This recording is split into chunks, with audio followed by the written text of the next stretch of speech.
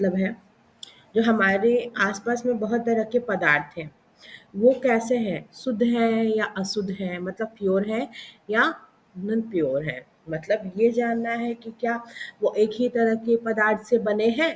जैसे अगर पानी है तो सिर्फ पानी ही है उसमें या कुछ और भी है? तो क्या सिर्फ सिंगल तरह के परमाणुओं से ही वो बना है या कुछ और भी मिक्स है? यहाँ पहले स्टार्ट करते हैं इंट्रोडक्शन में। अपना अपना कैमरा ऑन कर लो। दिया है, हम कैसे जान सकते हैं कि बाजार से खरीदा हुआ जो दूध है, घी है, मक्खन है, मसाला है या मिनरल वाटर है या जूस है, वो शुद्ध है? कैसे पता चलेगा कि वो शुद्ध है या अशुद्ध है? शुद्ध नमक यहाँ पे दिखाया गया है, शुद्ध घी, शुद्ध दूध को दिखाया गया है। रसोई में उपयोग की जाने वाली ये कुछ वस्तुएं हैं जिसको आप बोलते हो शुद्ध है या नहीं शुद्ध है।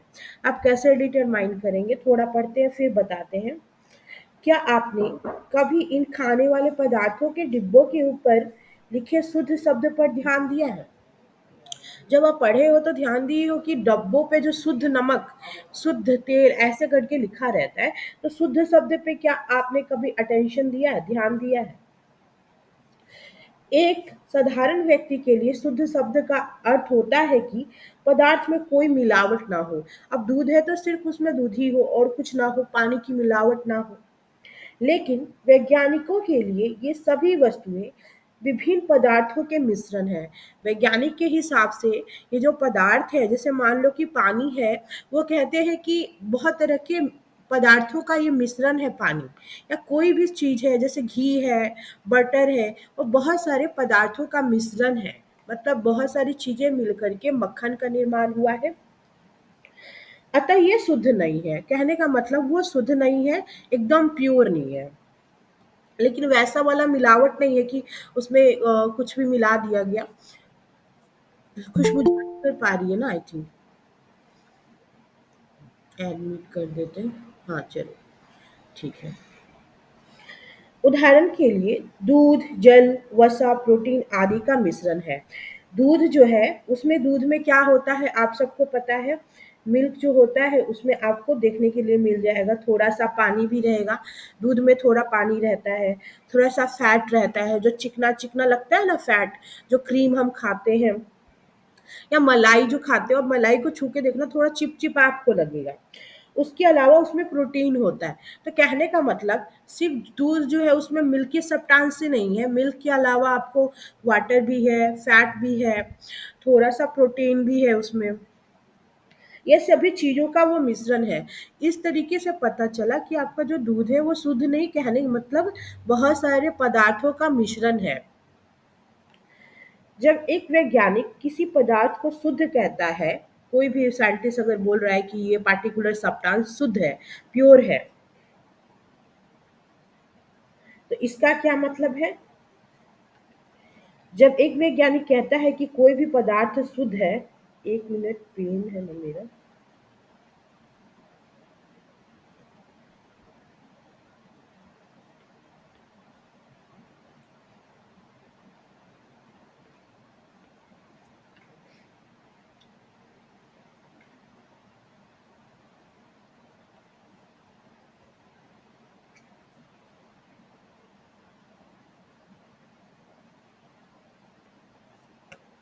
इसका तात्पर्य है कि एक मिनट रुको।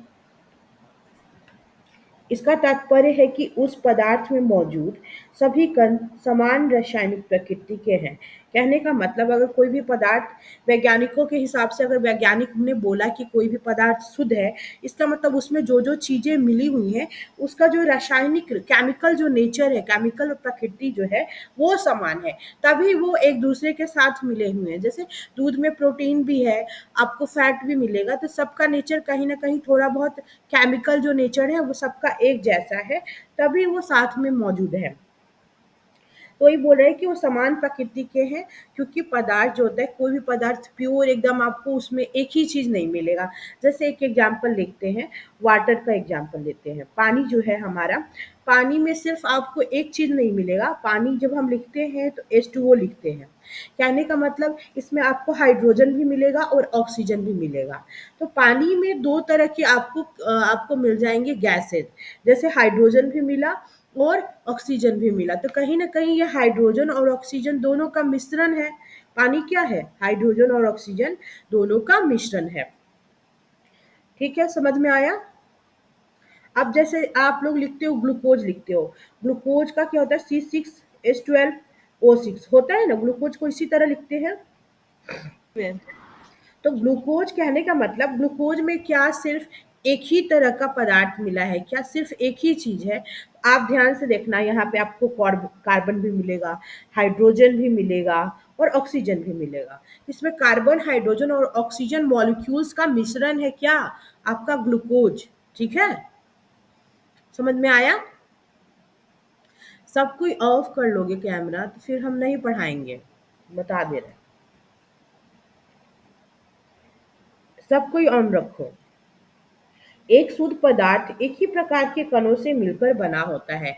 कोई भी जो एकदम प्योर पदार्थ है वो एक ही तरीके के कणों से मिलके बना होता है। जैसे कि मान लो, इनके कहने का मतलब क्या है इस लाइन का, कैमरा ऑन कर लो भाई। जैसे मान लो कि आपका जो कोई भी यहाँ पे चीज़ है, उसका जो मॉलिक्यूल है वो एक ही तरह का होगा। कहने का मतलब अगर यहाँ पे ऑक्सीजन है तो सिर्फ ऑक्सीजन होगा, हाइड्रोजन नहीं होगा। सिर्फ एक ही तरह के परमाणु से मिलके बना, एक ही तरह का उसका मटेरियल है। तो ऐसा तो बहुत कम चीज़ होता है, ऐसा सिर्फ एक ही चीज़ होता है जिसको हम तत्व बोलते हैं।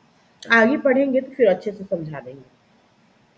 जब हम अपने चारों ओर देखते हैं तो पाते हैं कि सभी पदार्थ 2 या 2 से अधिक शुद्ध अवयवों से मिलके बने होते हैं। कोई भी जो पदार्थ होता है वो 2 या 2 से अधिक शुद्ध अवयवों के मिलने से बना है। जैसे जल वाला एग्जाम्पल देख लो कि जल जो है हाइड्रोजन और ऑक्सीजन दोनों मॉलिक्यूल्स के सहयोग से बना है। उदाहरण के लिए समुद्र का जल, खनिज, मिट्टी आदि सभी का मिश्रण है। जो समुद्र का पानी होता है उसमें बहुत सारा मिनरल्स भी होता है, नमक भी होता है, मिट्टी भी होती है, सबका मिश्रण है क्या? समुद्र का आपका सी वाटर। तो स्पेसिफिक एक टाइप का तो चीज़ मिला नहीं आपके समुद्र के पानी में, बहुत सारी चीज़ें उसके साथ मिली हुई हैं। मिश्रण क्या है? मिश्रण को देखने से पहले हम चाह रहे थे थोड़ा सा नीचे में जो एक चीज़ दिया है उसको समझा देते हैं। आप हम लोगों ने पिछले क्लास में पढ़ा था, इससे जस्ट पीछे वाले क्लास में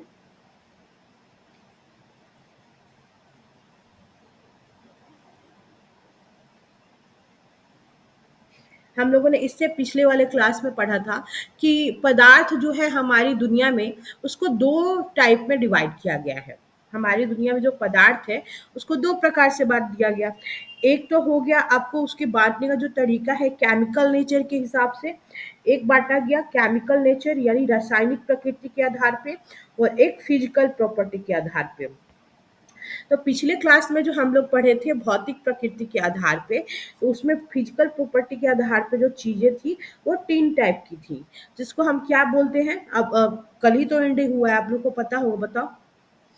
3 टाइप का चीज़ हम लोग कल पढ़े थे ना, चैप्टर में जो खत्म हो गया।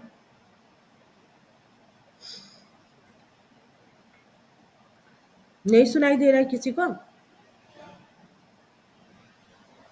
गुड़िया, विनीत, महनाज, मैं क्या बोल रहा हूँ? रोशन,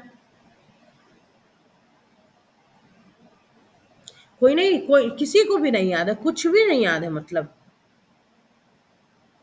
मैम हाँ, थोड़ा गैस, फिर से बोलो तो क्या बोली? थोड़ी देर गैस। हाँ, यही पूछ रहे हैं ना, इतने देर से जो हम समझा रहे हैं, आपको यही समझा रहे हैं कि जो जो फिजिकल प्रॉपर्टी के आधार पे हम लोगों ने पदार्थों को 3 प्रकार से बाँटा है। वो है, पहला है सॉलिड, दूसरा है लिक्विड और थर्ड वाला है गैस। ये 3 प्रॉपर्टी के हिसाब से हम लोगों ने चीज़ें बाँटी। तो ये फिज़िकल प्रॉपर्टी के हिसाब से बाँटा था जो पिछले क्लासेस में। नहीं बेटा, तुम्हारा आवाज़ तो नहीं आ रहा है बिल्कुल भी, जबकि माइक को अनम्यूट कर लो कहीं एक बार। अब इसमें क्या पढ़ना है, अब इसमें केमिकल वाले में क्या पढ़ना है आपको, कि हमारा जो सब्सटेंस है 2 टाइप का होता है केमिकल नेचर के हिसाब से। कौन-कौन? या तो होगा वो आपका तत्व होगा, तत्व होगा या यौगिक होगा, ठीक है? अगर शुद्ध 2 प्रकार से बाँटा गया है, फिर छोड़ो इसको, पहले बताने से पहले 2 टाइप पे क्या केमिकल के बेसिस पे बाँटा गया। केमिकल के बेसिस पे हमने 2 टाइप से बाँटा। पहला है शुद्ध, जिसको आप पढ़ रहे हैं, और दूसरा है अशुद्ध। ध्यान से देखिएगा, केमिकल नेचर के हिसाब से आज हम लोग पढ़ रहे हैं। अब यहाँ पे क्या होगा, शुद्ध और अशुद्ध 2 कैटेगरी बनी। अब शुद्ध और अशुद्ध में क्या है, शुद्ध वाले में क्या है ना, कि 2 टाइप से चीज़ें होंगी। पहला है आपका तत्व और दूसरा है यौगिक। 2 टाइप का चीज़ें होगा ये आपके शुद्ध में। क्योंकि क्या है कि वैज्ञानिकों के हिसाब से या तो आपका जो सब्सटेंस है सिर्फ़ एक प्रकार के अणु से बना होना, एक प्रकार का मॉलिक्यूल होना चाहिए। तो वैसा कोई भी चीज़ एक ही होगा, या तो तत्व होगा या तत्व के अलावा यौगिक होगा। यानी कि जैसे कि आपका जो पानी क्या है, यौगिक है, H2O यौगिक है ना, क्योंकि इसमें 2 गैसेज़ मिली हुई है। यौगिक का क्या मतलब, जब 2 मॉलिक्यूल्स, 2 किसी चीज़ का मॉलिक्यूल्स किसी भी अनुपात में मिलके सहयोग करता है, उसको हम यौगिक कहते हैं। कहने का मतलब, किसी भी अनुपात का कहने का मतलब, जैसे हाइड्रोजन का यहाँ पे 2 मॉलिक्यूल है, ऑक्सीजन का 1 मॉलिक्यूल है, इसको हमने बोला किसी भी अनुपात में वो आके जुड़ा हुआ है। उसी को हम बोलते हैं कि जो कंपाउंड है, जब 2 मॉलिक्यूल किसी भी चीज़ का कंपाउंड एक अनिश्चित अनुपात में, कि या बोलो किसी भी अनुपात में आके संयोजित करता है, तो उसको हम लोग यौगिक बोलते हैं। उसके अलावा एक थर्ड जो होता है, तत्व होता है, यौगिक होता है और मिश्रण होता है। मिश्रण क्या होता है, मिश्रण जो होता है बेटा, उसको हम लोगों ने अशुद्ध का नाम दिया है। क्यों?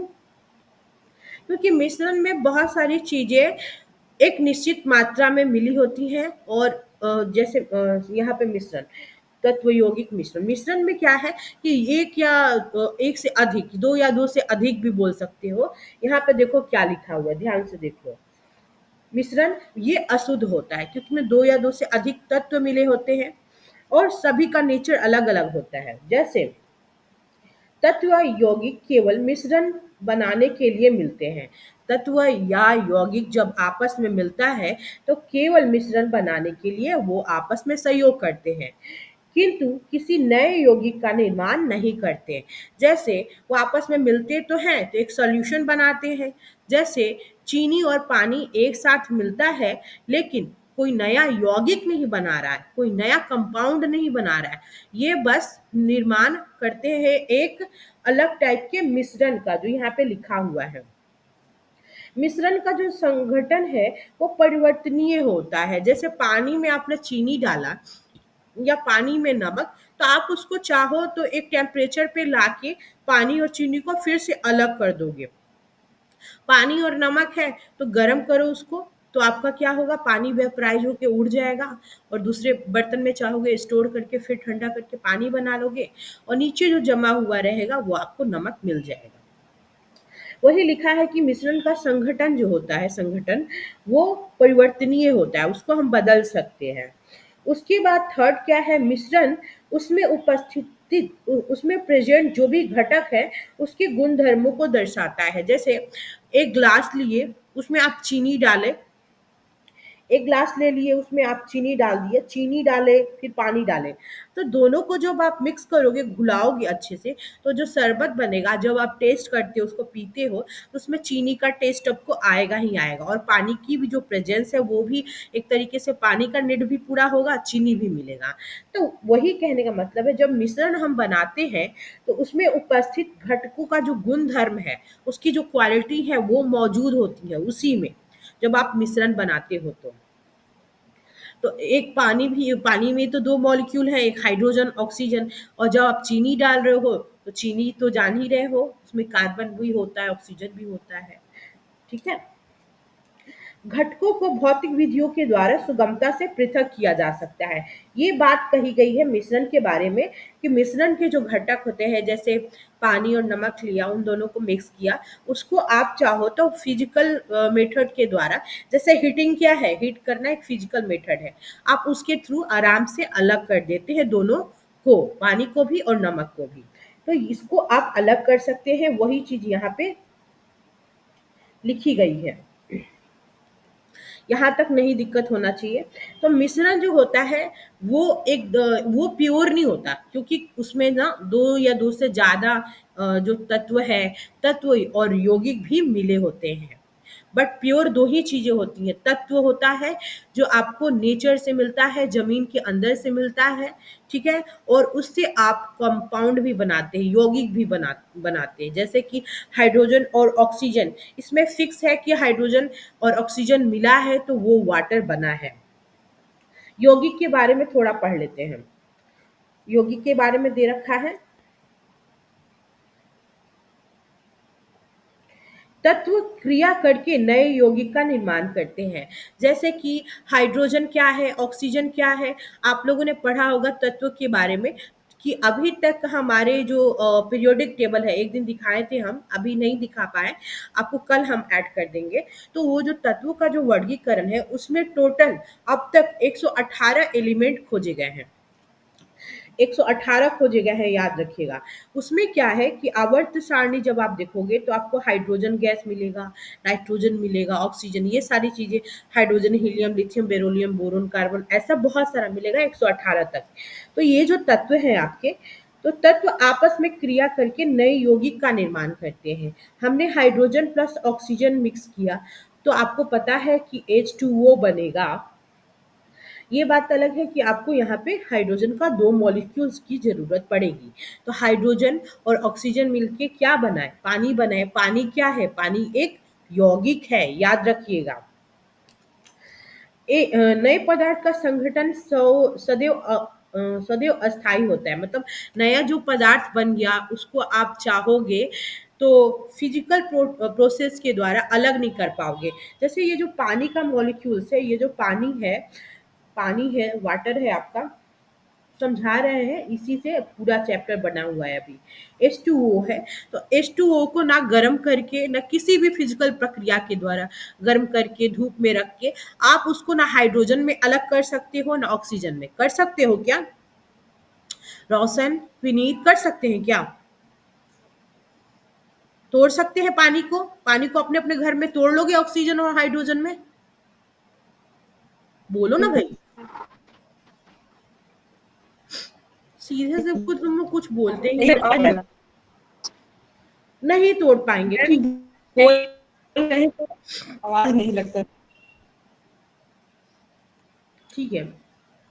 तो हाइड्रोजन और ऑक्सीजन में हम घरों में या किसी भी फिजिकल प्रोसेस के द्वारा नहीं तोड़ सकते। भौतिक विधि हुई, जैसे गर्म करके हुआ, छान के हुआ, है ना?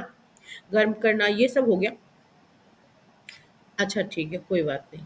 पर सुनाई नहीं दे रहा, पता नहीं तुम लोग का आवाज़ क्यों नहीं। तो उसको हम अलग नहीं कर सकते। लेकिन हाँ, केमिकल प्रोसेस अलग हुआ, जैसे इलेक्ट्रोलाइसिस आप किए तो उसके द्वारा वो अलग प्रक्रिया होगी, लिखा हुआ है यहाँ पे, देखते हैं कि उसका संगठन सदैव अस्थाई होता है, अस्थाई नहीं, अस्थाई होता है, याद रखिएगा। यहाँ घटकों को केवल रासायनिक या वैद्युत रासायनिक प्रतिक्रिया के द्वारा ही पृथक किया जा सकता है। यानी हाइड्रोजन और ऑक्सीजन के मॉलिक्यूल को केमिकल रिएक्शन या वैद्युत यानी हाइड्रो इलेक्ट्रिक जो रिएक्शन होता है उसके थ्रू, वैद्युत रासायनिक प्रक्रिया के थ्रू, इलेक्ट्रोकेमिकल बोलते हैं, सॉरी, इलेक्ट्रोकेमिकल प्रोसेस के थ्रू, रिएक्शन के थ्रू ही आप अलग कर पाएंगे। मतलब अगर आप फिजिकल विधि के द्वारा तो इसको नहीं अलग कर पाओगे हाइड्रोजन ऑक्सीजन को, तो आप केवल केमिकल प्रोसेस या इलेक्ट्रोकेमिकल रिएक्शंस के द्वारा ही इसको अलग कर पाओगे, किसी भी जैसे ये कंपाउंड को। जैसे मान लो मैंने तो सिंपल सा एग्जांपल दिया अभी, हाँ, ये पानी का जो मॉलिक्यूल्स है H2O, इसकी बात की। अब CaCl2 भी हो सकता है।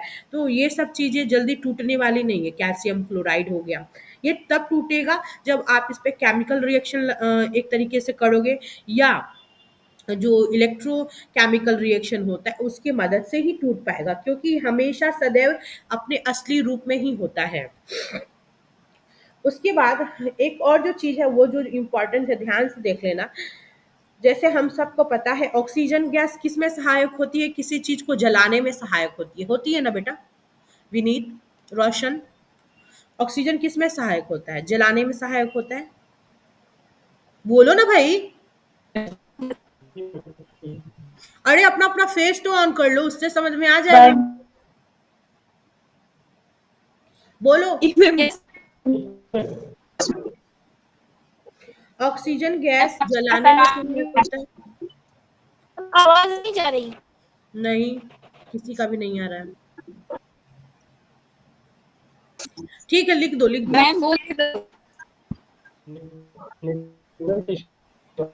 नहीं, नहीं आ रही है, मैं किसी की आवाज नहीं। नहीं जा रही पता। नहीं, आप लोग की किसी की आवाज़ हमको नहीं आ रही है। चलो कमेंट कर दो, ऑक्सीजन गैस जलने में सहायक होता है या नहीं, इतना बता दो।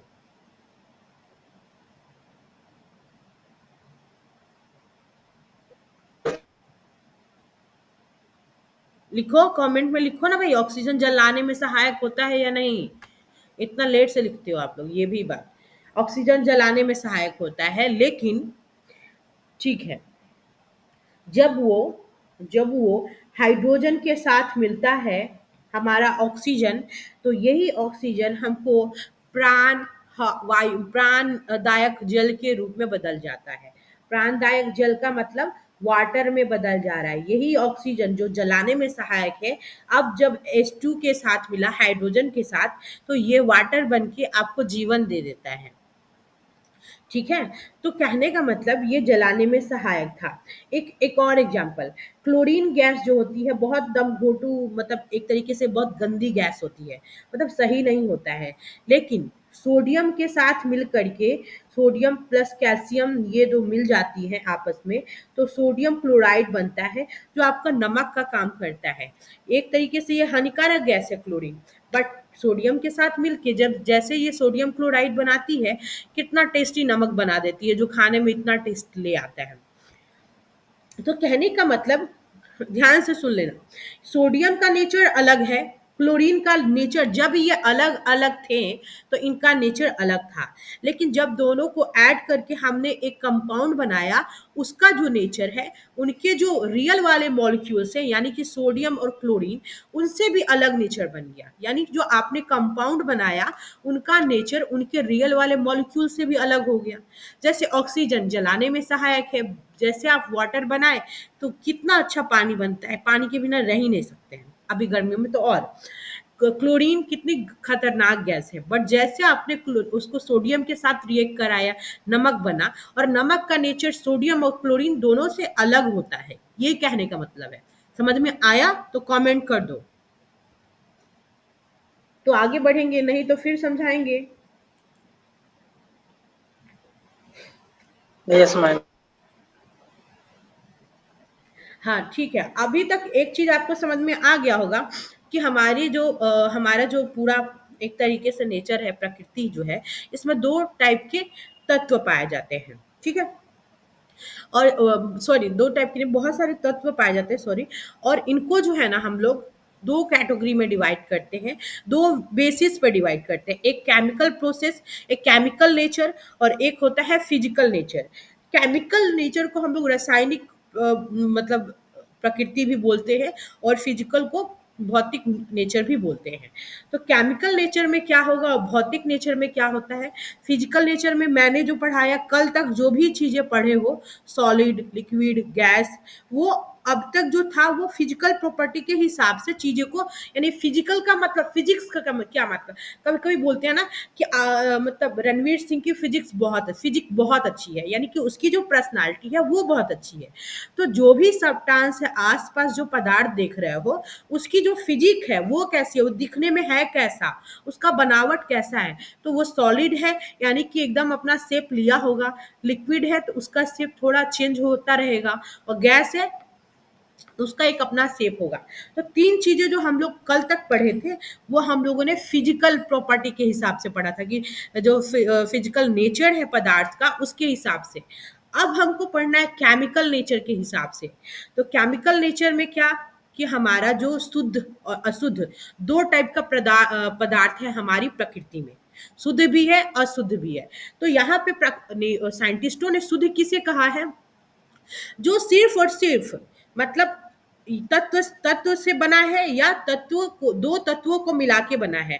तब दो तत्व आपस में मिलते हैं तो उसको क्या बोलते हैं, और यौगिक बोलते हैं ना। तो या तो सिर्फ तत्व का तत्व के साथ सहयोग किया गया है, उसको इन्होंने कहा है शुद्ध। तत्व का तत्व के साथ अगर सहयोग हुआ है तो इन्होंने इसे कहा है शुद्ध पदार्थ कहा है।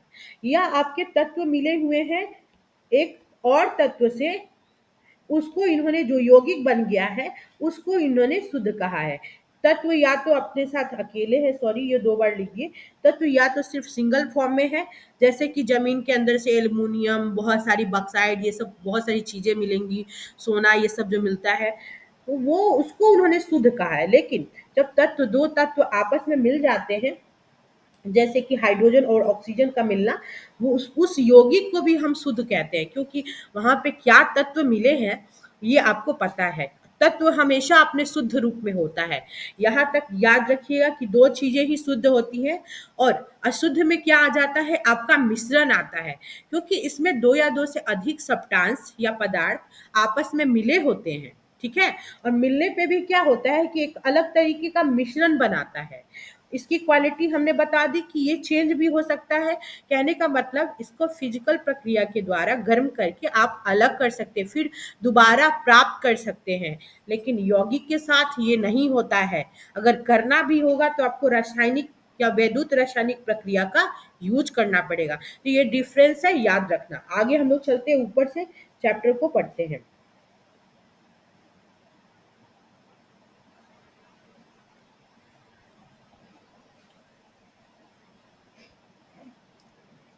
यहाँ पे समझाना जरूरी था, ठीक है, कि वो बेस था, क्योंकि बार बार वो चीज यूज करेगा ये शब्द।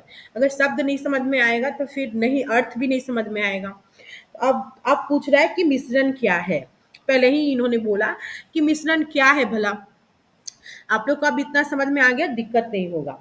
मिश्रण क्या है, एक या एक से अधिक शुद्ध तत्वों, या तो प्योर तत्व होंगे, तत्व ही होगा, या यौगिक होगा, से मिलकर बना होता है।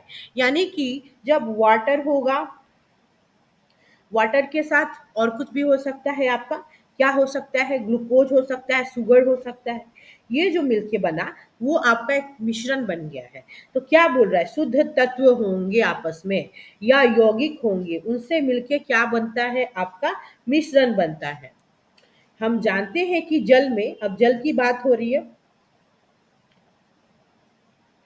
जल में घुले हुए सोडियम क्लोराइड को, यानी सोडियम क्लोराइड का क्या मतलब, नमक की बात की जा रही है। सोडियम क्लोराइड का जो साधारण नाम है उसको हम नमक ही बोलते हैं, ये केमिकल नाम है सोडियम क्लोराइड।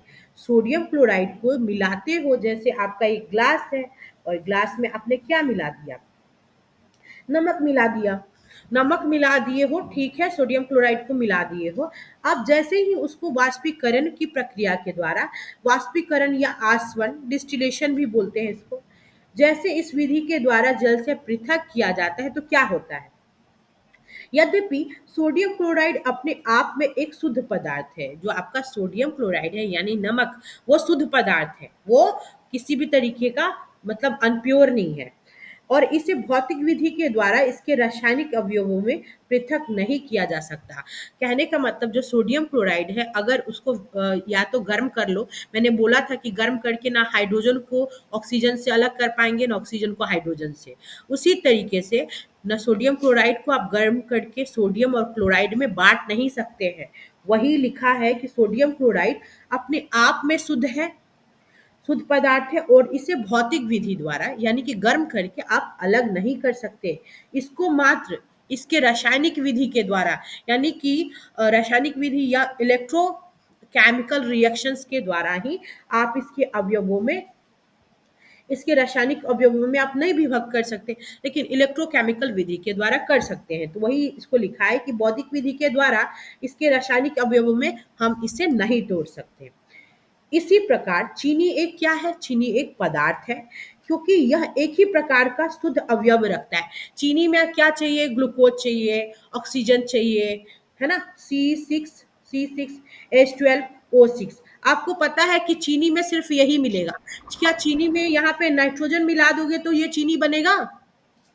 नहीं, नहीं बनेगा। चीनी में ये नहीं फिक्स है मैम। कि चीनी में सिर्फ C6H12O6 ही होगा, तो वो ग्लूकोज बना, वो सॉरी ग्लूकोज का मैंने लिखा था, C6H12O6। अब आपको पता है कि इतना ही रहना चाहिए, इससे ज़्यादा इधर उधर हुआ तो कुछ और बन जाएगा, बट ये ग्लूकोज नहीं रहेगा। तो कहने का मतलब अगर आप यहाँ पे नाइट्रोजन मिला दें या कुछ और चीज़ें मिला दें तो ये चेंज नहीं होगा, मतलब एकदम इसका जो रियल वाला वजूद है वो रहेगा ही नहीं, कुछ का कुछ हो जाएगा। तो आपको हमेशा ग्लूकोज बनाने के लिए कार्बन का 6 मॉलिक्यूल, ऑक्सीजन का भी 6 मॉलिक्यूल, उसके साथ साथ हाइड्रोजन का जो 12 मॉलिक्यूल है वो चाहिए ही चाहिए अगर आपको ग्लूकोज चाहिए तो, है ना, उसके ज्यादा इधर उधर नहीं। यहाँ लिखा है कि इसी प्रकार चीनी क्या है? एक पदार्थ है, क्योंकि यह एक ही प्रकार के कणों का शुद्ध अवयव रखता है। एक ही प्रकार के कण क्या? यानी कि हाइड्रोजन ऑक्सीजन और क्या होता है? कार्बन। ये 3 गैसें होती है ना, बोलो ना भाई। क्योंकि यह जी एक ही मैम। प्रकार के शुद्ध अवयव रखता है और इसका यौगिक समान रहता है। इसका यौगिक जो है वो समान रहता है, यानी कि हाइड्रोजन ऑक्सीजन और कार्बन। और यौगिक समान कहने का मतलब C6 ही रहेगा, H12 रहेगा, O6 रहेगा। ये हमेशा ग्लूकोज कहीं भी देखिएगा बेटा आपको इसी तरीके से मिलेगा। पेय पदार्थ, तो अब आप समझ गए होंगे शुद्ध और अशुद्ध क्या मतलब पूछ रहा है, शुद्ध क्या है और अशुद्ध क्या है। पेय पदार्थ और मिट्टी में एक समान कण नहीं होते। जो भी पीने वाला पदार्थ है जैसे कोल्ड ड्रिंक्स हो गया या मिट्टी में एक समान कण नहीं होते हैं। शुद्ध पदार्थ किसी भी स्रोत से प्राप्त हो, इसके अभिलाक्षणिक गुण एक समान होंगे। कोई भी जो शुद्ध पदार्थ है किसी भी सोर्स से प्राप्त हो, उसका जो अभिलाक्षणिक गुण होगा एक समान होगा। तो थोड़ा सा कंपेयर करते हैं पानी के बारे में। पानी जो आपको पीने के लिए आपको नल की टोटी से मिले, उसमें क्या होगा? ऑक्सीजन होगा, हाइड्रोजन होगा। नल से मिला पानी, मोटर से मिला है पानी, मोटर मोटर चलाते हैं ना, मोटर, वहां से मिला है। चापाकल यस का मैम। पानी, कुआं का पानी, है ना, झरना का पानी भी अच्छा रहता है। ठीक है, यहाँ सबसे जो आपको पानी मिलेगा उस सब का अभिलाक्षणिक गुण सेम होगा। कहने का मतलब हाइड्रोजन ऑक्सीजन होगा ही होगा, हाइड्रोजन ऑक्सीजन होगा ही होगा, हाइड्रोजन भी होगा ऑक्सीजन भी। मतलब पानी वाला जो गुण है सब में पाया जाएगा। चल नल से निकालो, चापाकल, पानी तो पानी है, उसमें ऑक्सीजन और हाइड्रोजन के मॉलिक्यूल जितने मात्रा में चाहिए, यानी हाइड्रोजन का 2 मॉलिक्यूल एक ऑक्सीजन के मॉलिक्यूल्स के साथ सहयोग करके पानी का अणु बना लेता है ना। तो सभी स्रोतों से जो प्राप्त करोगे पानी का अभिलाक्षणिक गुण समान होगा या नहीं, इतना बता दो, बोलो। अरे भाई बोलिए ना, यस या नो। Yes ma'am. नहीं आया तो बोल दो कि हाँ मैम नहीं समझ में आया। इस प्रकार हम कह सकते हैं कि मिश्रण में एक से अधिक शुद्ध पदार्थ होते हैं। जब आप मिश्रण बनाते हैं तो मिश्रण में क्या होता है? एक या एक से अधिक शुद्ध पदार्थ उसमें घुला होता है। ठीक है, मिश्रण में क्या होता है, एक या एक से अधिक शुद्ध पदार्थ घुले रहते हैं।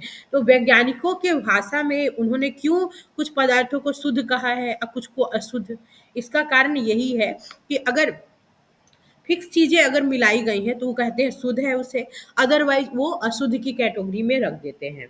आगे पढ़ते हैं और अच्छे से क्लियर होगा। मिश्रण में क्यों, जैसे कि आपने यहाँ पे शरबत बनाया, पानी और प्लस शुगर डाले हो, तो मिश्रण में क्या है, इस मिश्रण में सॉल्यूशन में क्या बना, एक से अधिक शुद्ध पदार्थ हुआ ना, यानी वाटर आपका शुद्ध था, आपका जो चीनी था वो शुद्ध था, चीनी तो चीनी ही था। ऐसा तो नहीं है कि चीनी में कुछ और गुलाब जल मिला हुआ था या कुछ और मॉलिक्यूल्स मिला था, पानी में कुछ और मॉलिक्यूल्स मिला था, ऐसा तो नहीं है। पता नहीं फलक आपकी आवाज नहीं आ रही है। देखते हैं आज के क्लास के बच्चे कराते हैं, जाना मत कहीं, देखते हैं।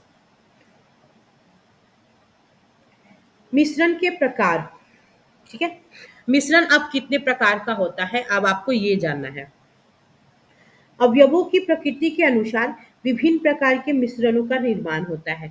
जैसे जैसे अवयव मिले होते हैं, मतलब पदार्थों के जो अवयव हैं उनके मिलने के अनुसार ही मिश्रणों का निर्माण होता है, और इस तरह मिश्रण के कई प्रकार होते हैं।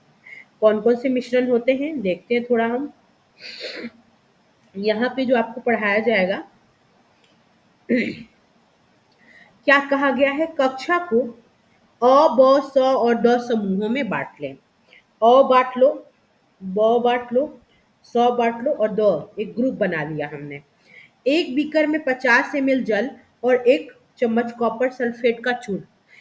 एक आपको बीकर ले लिया, उसमें जल मिला दिया और कॉपर सल्फेट का चूर्ण मिलाना है। पानी के साथ यहाँ पे क्या मिला हुआ है, याद रखना, कॉपर सल्फेट, CuSO4, ठीक है, कॉपर सल्फेट का चूर्ण है। उसके बाद ब को क्या करना है, एक बीकर में 50 ml जल तथा 1-2 चम्मच कॉपर सल्फेट का चूर्ण देना है। अब आप इसको 1 चम्मच दिए हो अ वाले को, ब वाले को क्या दे रहे हो, वाटर, प्लस वाटर के अलावा कॉपर सल्फेट का 2 चम्मच चूर्ण दे रहे हो, इसका 2 चम्मच चूर्ण दे रहे हो। स वाले को क्या दे रहे हो, थोड़ा ध्यान से देख लो, कॉपर सल्फेट और पोटेशियम परमैंगनेट या साधारण नमक, सोडियम क्लोराइड समूह श और द को दें।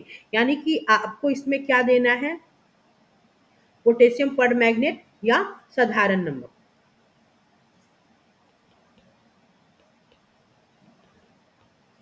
वाटर के साथ सबको डिजोल्व करना है और इसको साधारण नमक दे दो।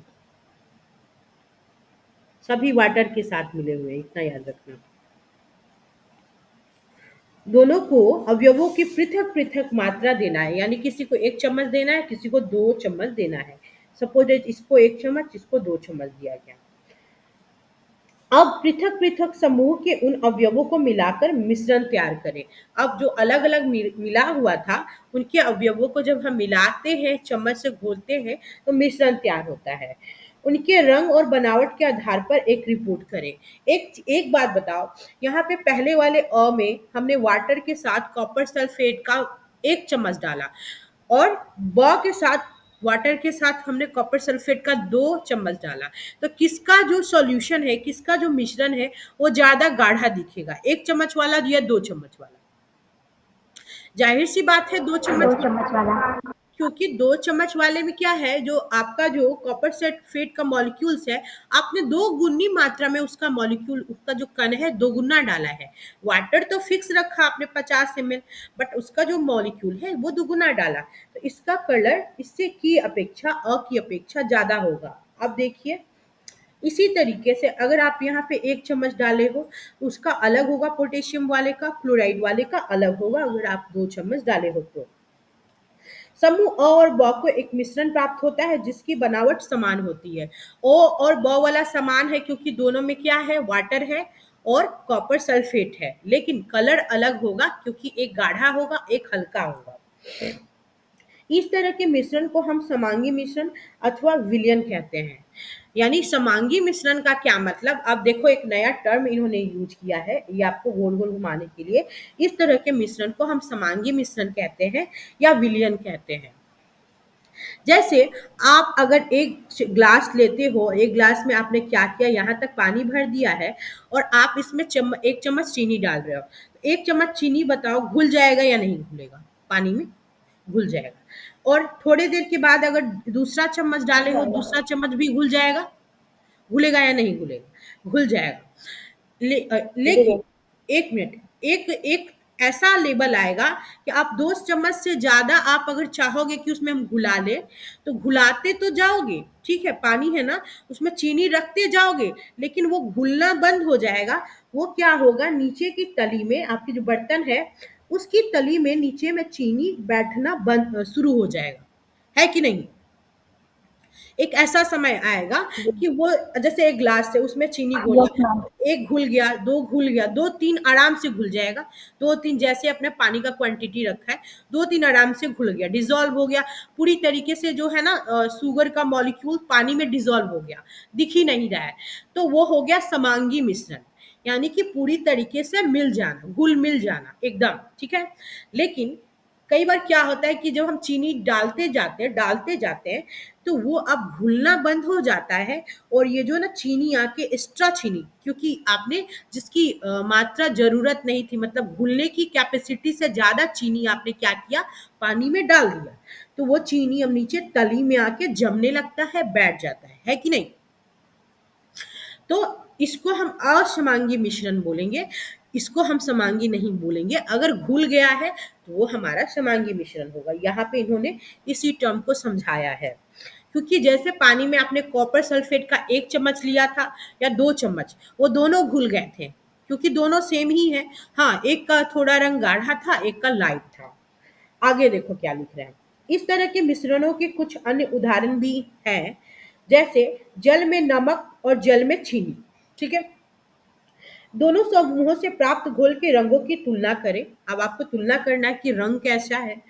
यद्यपि दोनों समूहों के पास कॉपर सल्फेट का घोल है, दोनों के पास है, अ और ब की बात हो रही है, लेकिन उन दोनों के रंगों के घोल में अलग अलग थोड़ा चेंजिंग आपको दिखेगा। एक का जो घोल है, रंगों की तीव्रता अलग है, यानी एक ज्यादा गाढ़ा है, एक कम गाढ़ा है। यह दिखलाता है कि समांगी मिश्रण पृथक पृथक संगठन रखते हैं। जैसे आप एक ग्लास में 1 चम्मच डालो चीनी, वो भी घुलेगा, ठीक है। लेकिन एक ग्लास में आप 2 चम्मच डालो, वो भी घुलेगा, घुलेगा ना। लेकिन आप एक चम्मच जो आप चीनी डाले हो, उसकी मिठास ज्यादा होगी, या एक ग्लास में 2 चम्मच डाले उसकी मिठास ज्यादा होगी? जाहिर सी बात है कि जहाँ पे चीनी का जो कंसंट्रेशन है ज्यादा है, जहाँ चीनी आपने ज्यादा घुलाया, उस वाले पानी की जो मिठास है वो ज्यादा होगी।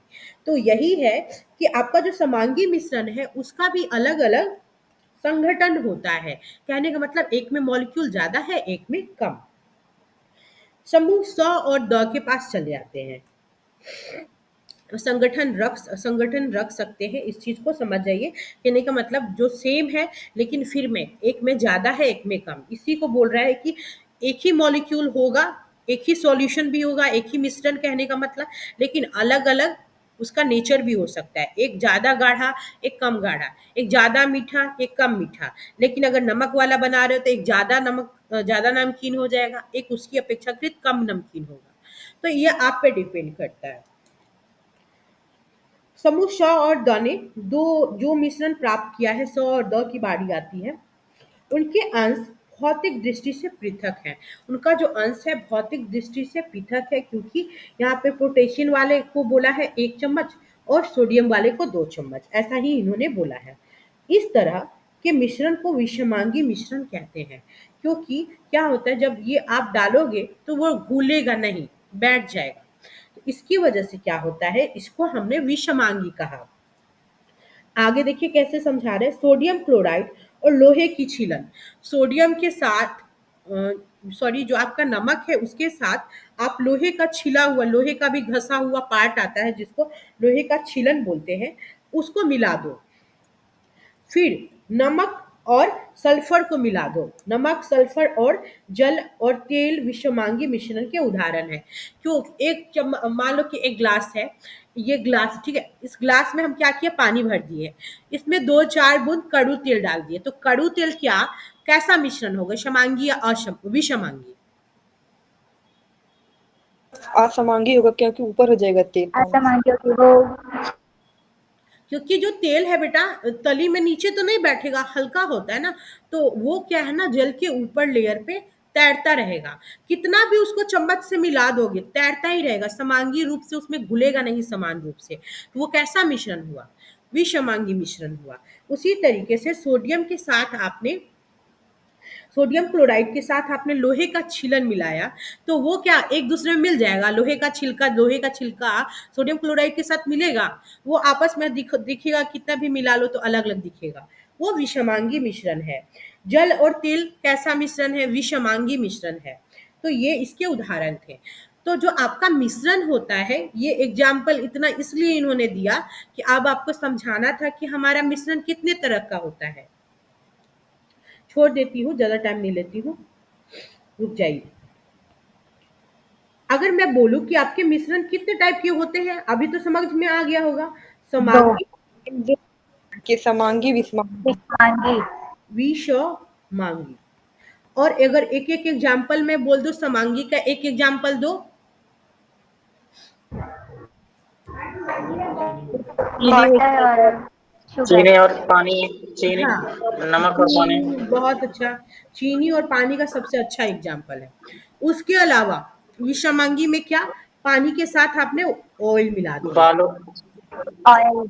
पानी के साथ बालू भी मिला सकते, क्योंकि तलहटी में जाके वो भी कितना भी उसको चलाओगे फिर भी वो उसमें घुले मिलेगा नहीं।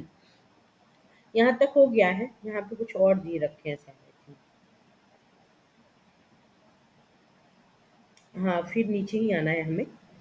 फिर क्रियाकलाप को ये समझाए हैं कि आइए पुनः कक्षा को 4 समूहों अ, ब, श, द में बांटें।